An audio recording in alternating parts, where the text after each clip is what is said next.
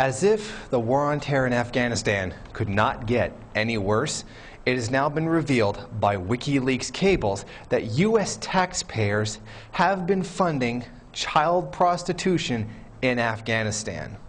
The cables show a conversation between U.S. Assistant Ambassador Joseph Musemli and Afghan Minister of the Interior Hanif Atmar. The two talked about two police officers being arrested as part of an investigation into U.S. contractor Dynacorp's role in child prostitution. The cables also show that the Afghan government ordered this to remain silent and told the U.S. government to silence any media outlet that would possibly dare report it. The cables show that a party was thrown for Afghan security forces recruits. It was like a welcoming party or whatever. Now, apparently this is a tradition in Afghanistan.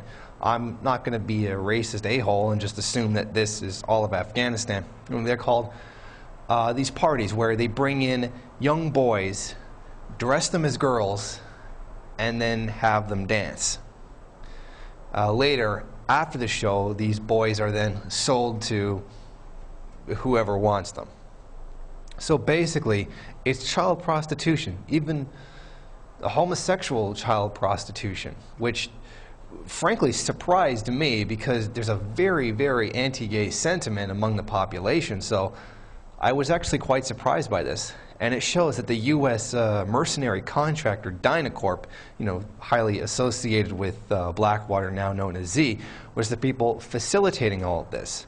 So U.S. taxpayer money was sent to set up child prostitution.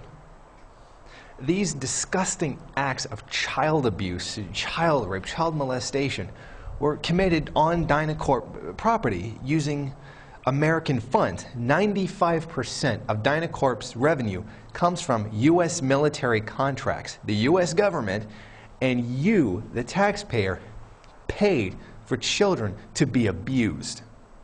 Hanif Atmar, the Afghan Interior Ministry, purposely kept all of this quiet. Now, his claim was that if this story were to get out, it would be harmful to occupation forces. They would make the occupation forces look bad, which obviously it would. Now, he also said not to let this out because it would be harmful towards the children who are being prostituted. Now, during these cables, they didn't use the words children being prostituted. They said purchasing services from children. Same thing.